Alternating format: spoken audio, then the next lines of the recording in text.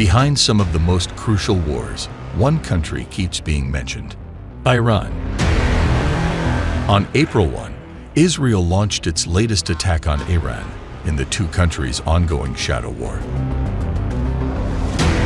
Israeli airstrike that flattened a section of Iran's embassy complex in Damascus reportedly killed at least 12 people.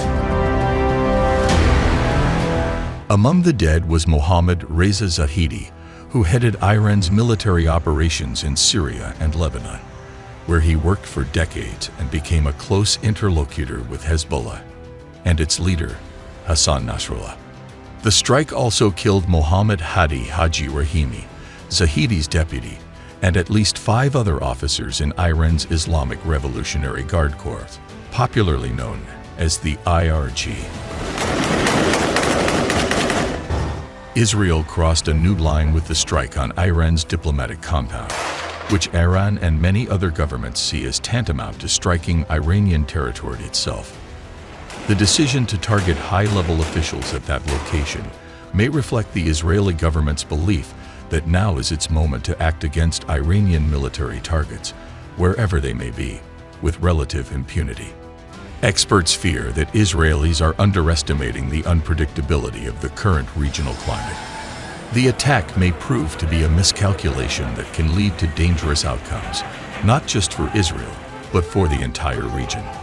The scale and nature of Israeli attacks have shifted over the years. From focusing on striking Iranian weapon transfers and munition sites, Israeli attacks are now targeting key operational and intelligence leaders in Iran's network, including senior Iranian military personnel. So where did it all begin?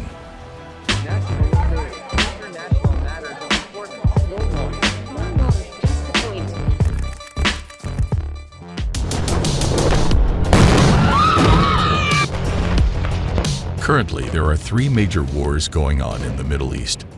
Israel battling Hamas in Gaza, Israel battling Hezbollah in Lebanon and Syria, Israel battling Houthis in Yemen. And now, Middle East is waiting with a bated breath for Iran to directly retaliate against Israel after the Israeli forces bombed the Iranian embassy in Syrian capital Damascus, killing 7 Iranian commanders, including Mohammad Reza Zahidi. This has potentially waged a war between Israel and Iran. Increasingly lethal attacks on Iran-linked targets in Syria have been attributed to Israel, especially since the current conflict with Hamas in Gaza began on 7th of October. Iran and Israel are among the biggest military powers in the Middle East, but they are very different. The Islamic Iranian regime denies Israel's right to exist, which is the only majority Jewish state in the world. تلاش‌های مذبوحانه‌ای هم مثل این کاری که در سوریه مرتکب شدن که البته سیریشو خواهند خورد. But the conflict is about much more than Jews and Muslims. It's also about influence in the region, and about Israel's #1 ally, the U.S. We do have confidence that the Israelis can do this and learn from their mistakes and understand and better plan for future operations, whether it be in Gaza or elsewhere. Let's unravel what's behind it and what the conflict is really about.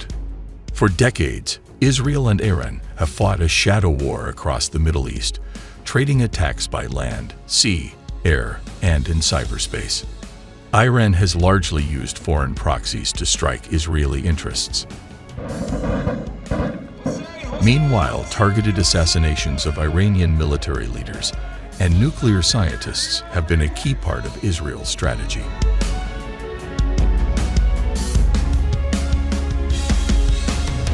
Experts believe Iran could respond to the embassy attack in Syria by accelerating its nuclear program, which Tehran has ramped up since 2018, when the then U.S. President Donald Trump abandoned the 2015 Iran nuclear deal designed to constrain it in return for economic benefits. We have terminated a terrible, terrible deal that should have never, ever been made. However, the 2 most dramatic steps: 1. increasing the purity of its enriched uranium to 90%, which is considered bomb grade. And 2. Reviving work to design an actual weapon could backfire and invite Israeli or U.S. strikes. Either one of those would be viewed by Israel and by the U.S. as a decision to acquire a bomb. Is that a risk Iran would take? Nobody knows yet.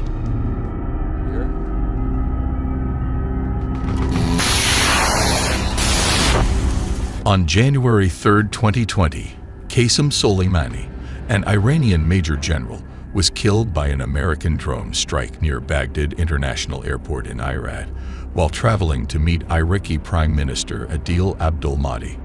Soleimani was commander of the Quds Force, which is one of the 5 branches of Iran's Islamic Revolutionary Guard Corps, which is designated as a terrorist organization by both the United States and European Parliament. Soleimani was considered the second most powerful person in Iran, subordinate to Supreme Leader Ali Khamenei. Israel killed Iran's top nuclear scientist, Mohsen Fakhrizadeh, in November 2021, and followed up with the assassination of a Revolutionary Guards commander, Colonel Sayed Khoudaei, in May 2022. Fast forward October 2023. Iran and Israel reportedly carried out a number of covert attacks and counterattacks in the years following General Soleimani's death. In December 2023, Iran accused Israel of killing the high-level military figure, Brigadier General Sayed Razi Mousavi, in a missile strike outside Damascus. A senior advisor to the Revolutionary Guards, General Mousavi was described as having been a close associate of General Soleimani and was said to have helped oversee the shipment of arms to Hezbollah.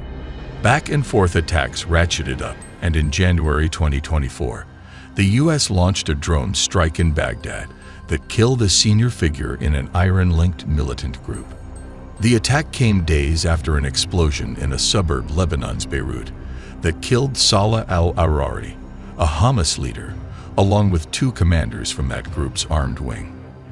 The blast was the first such assassination of a top Hamas official outside the West Bank and Gaza in recent years. Officials from Hamas, Lebanon, and the United States ascribed the attack to Israel, which did not publicly confirm involvement. Al-Aruri was the most senior Hamas figure to be killed, since Israel vowed to destroy the organization after October 7.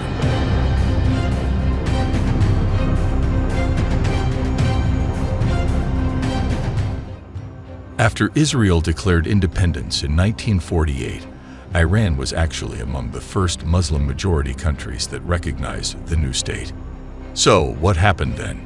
The Iranian Revolution in 1979 turned everything upside down when the Western-backed Shah regime was toppled. Ruhollah Khomeini, the leader of the Islamic Revolution, saw Israel as part of the so-called West in the middle of the majority Muslim world as a problem. And ever since, the Iranian regime doesn't recognize Israel as a state.